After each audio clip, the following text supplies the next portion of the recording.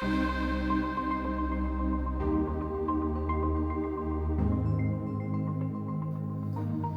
in this section, we're looking at the whole diagnosis process and what people might expect and just how it works. So, I what's think the best? the first thing is to think about what if you think you've got dementia.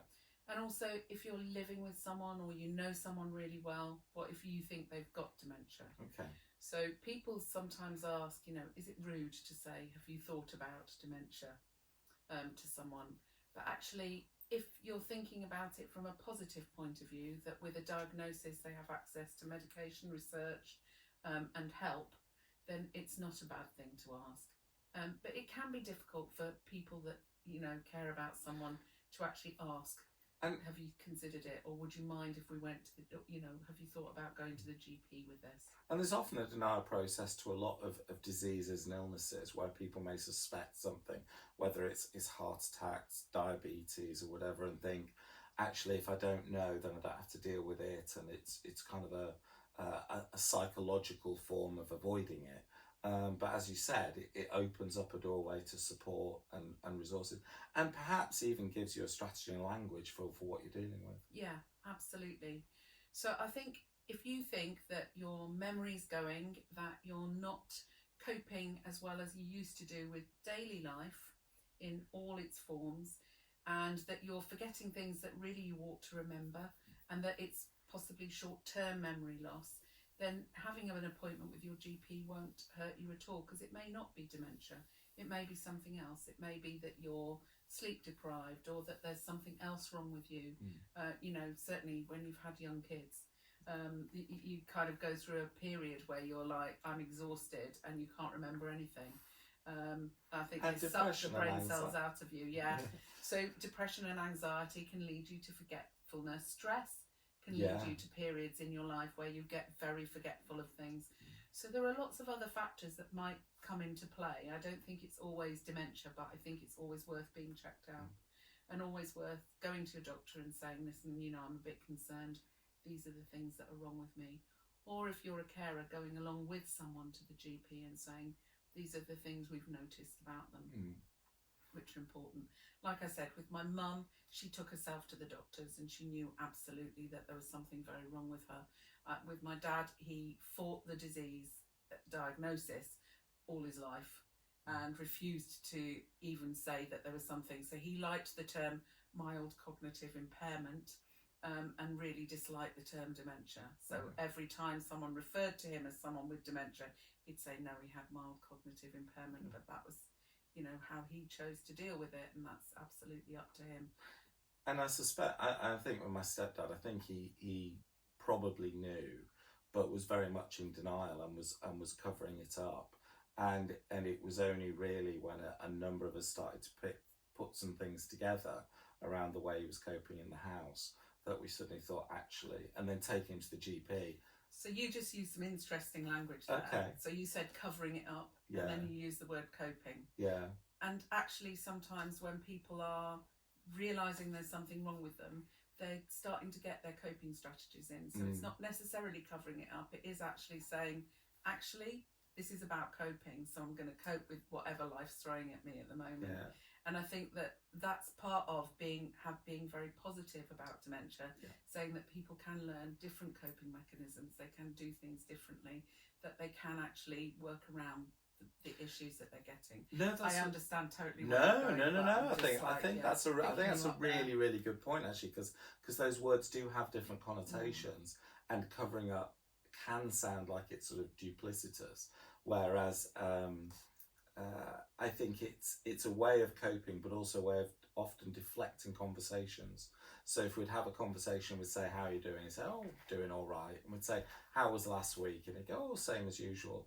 And it was only if you went down to a specific, like, well, when did you go to the shops? Or how's your neighbour doing? Or and then there was a period where the patter wasn't working quite as well. But for a long time, and being a nurse and having nurse family members, and we hadn't realised for a long time that his memory was deteriorating. The point where we eventually went to the GP and he did an assessment and we went through the process, he said, actually, his dementia is quite advanced.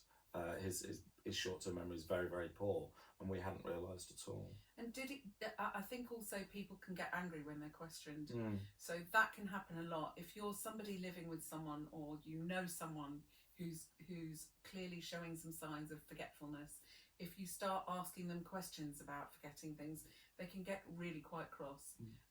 Because which is quite natural. If we were feeling challenged or questioned, or people say, "Well, I'm not sure about that," you think, "What? Why are you doing that?" To be honest, one of our consultants uses things to remember 3 words, and he uses almost the same words all the time. So it's spider gravy train, and I've got them off pat, so that if I ever have to go in hospital, I'll just go spider gravy train, because those are the 3 words that I know, and they're kind of odd words. So that's why he'd expect someone to maybe forget them. But I think you can see, we do a test sometimes with a clock face, where you have to draw the clock face. Often we do a test where we're talking to people, where we ask them to do the months of the year backwards.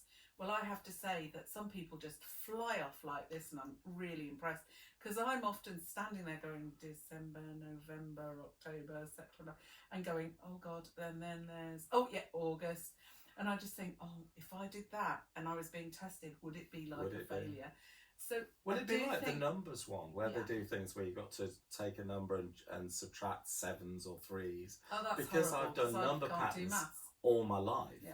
I suspect I could have quite bad dementia and still be able to do mathematical number puzzles. I wouldn't know where my car keys were or exactly, where I lived. And possibly for you, that's your longer term memory anyway. Yeah. So you'd become excellent at maths I'd remember my school maths. Yeah, exactly. You'd be like, whoa, I'm there. I know what I'm doing.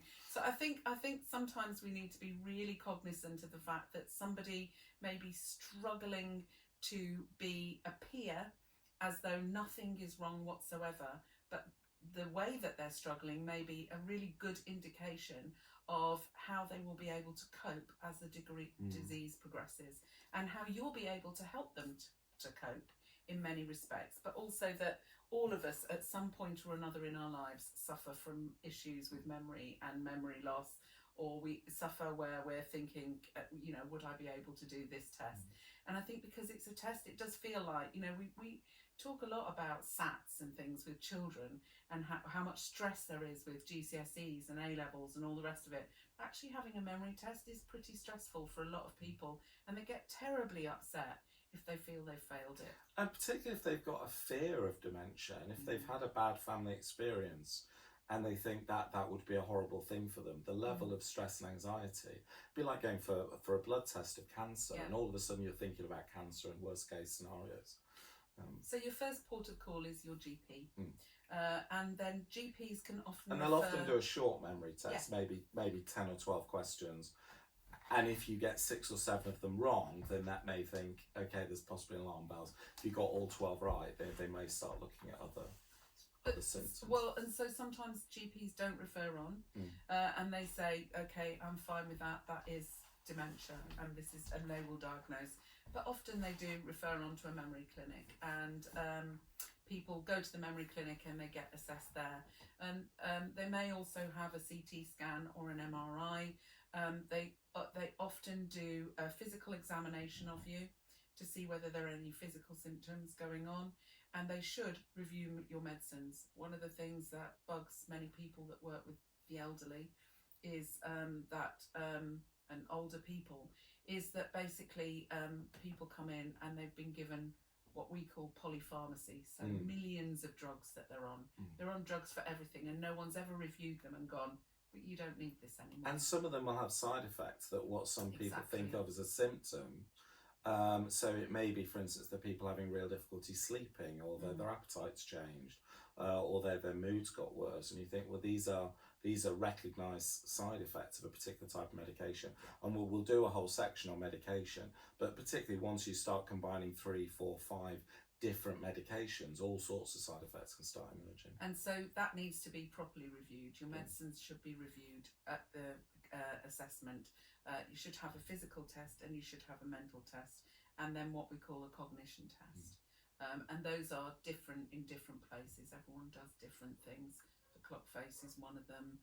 They're asking of several questions, the remembering of names, remembering of a street name, all those kind of things are always, and they often ask you things like, I heard someone the other day asking someone who the American president was, and I felt like saying, you know what, some people don't know who our prime minister is, let alone ask who the American president is.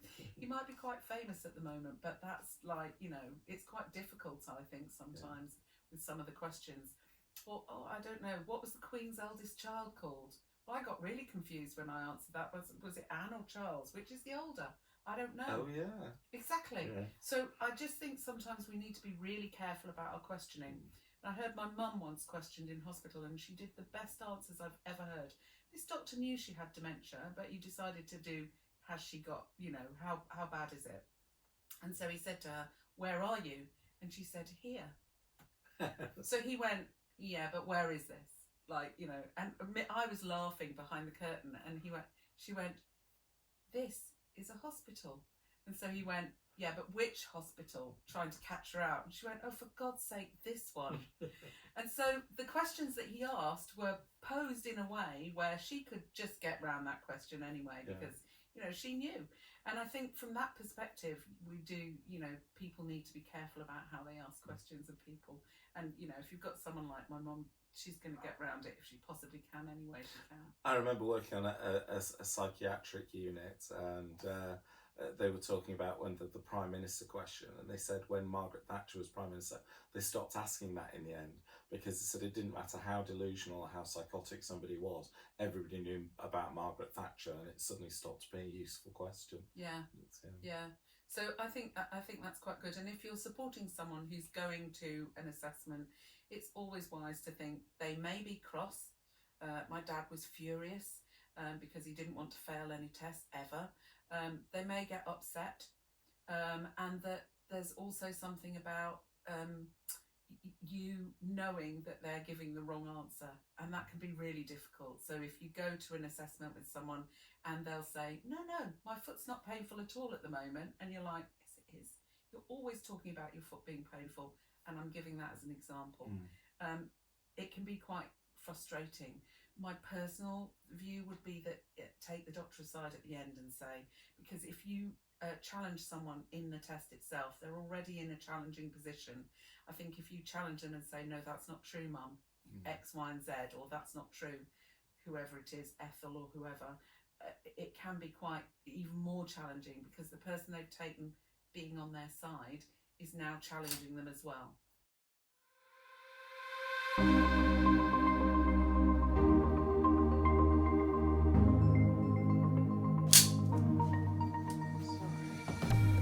Upset Tilly, clapperboard there. So one of the interesting aspects, we were talking about giving information that's useful to, say, the GP or the assessor, that might contradict the person with dementia, or the person that's being assessed. And that is a tricky one. And if the clinician's very sensitive, they may at the end say, is there anything else you want to know? Because people who care for people are often very rich sources of information, either that someone's just slipped their mind, or just the stress and anxiety of going to those kind of appointments means it's easy to forget things. But I think if you are that carer, don't put yourself in the position of contradicting someone to their face in that actual situation, because then they'll get cross with you, and that might take a while to get over. So I would say take the doctor aside and afterwards, and just say if there's a few. There's a few issues I just wanted to clarify. These are the things I'm finding.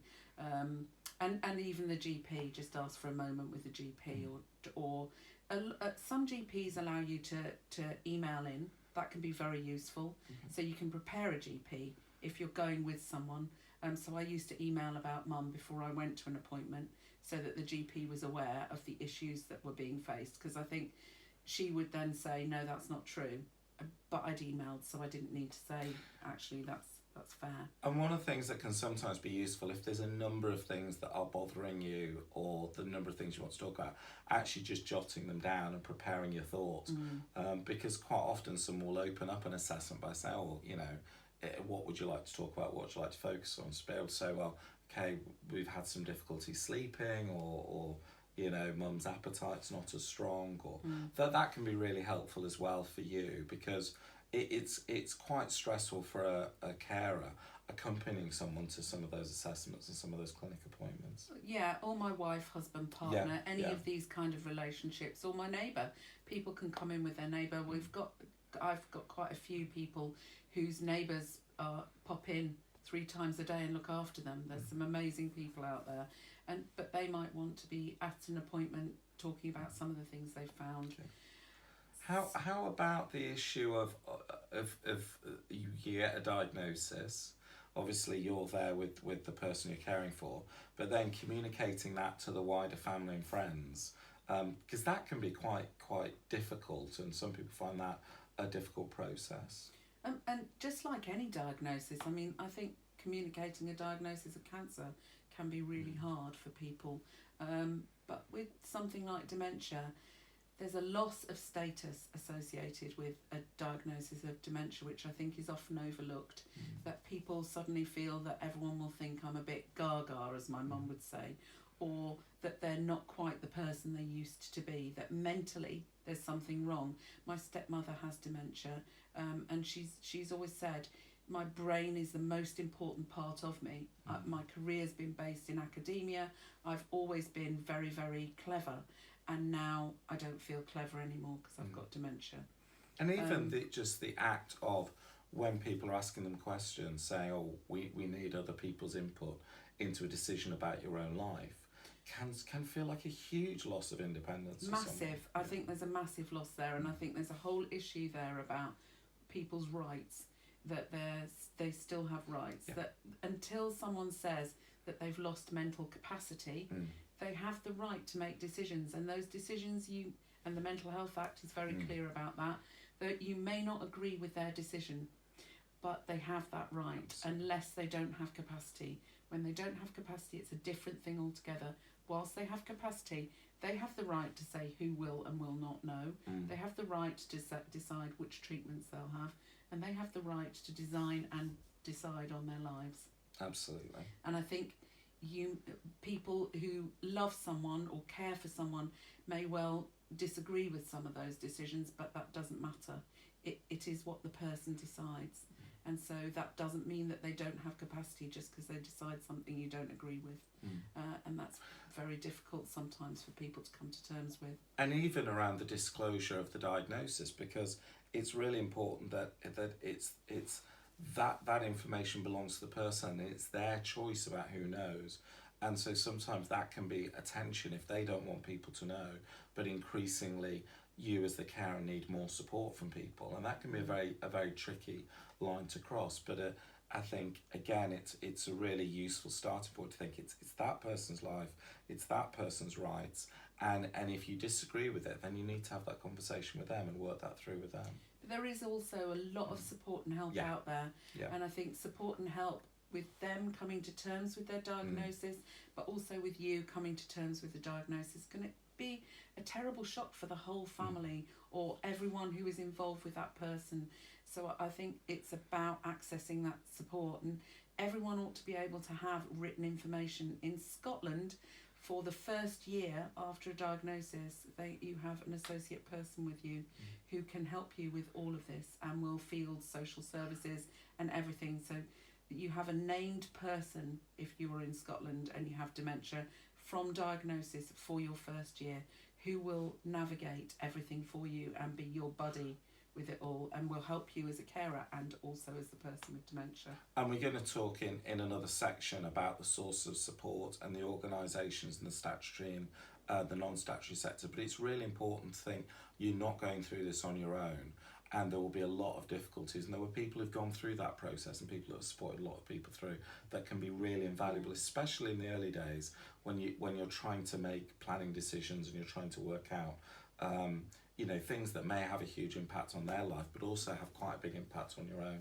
I think also we are going to talk in a later stage of this about environments, but again there are certain areas where you think how lovely to live there, which are very rural, where you may have less access to support than others. So it's worthwhile considering where you live and how easy it is to access support.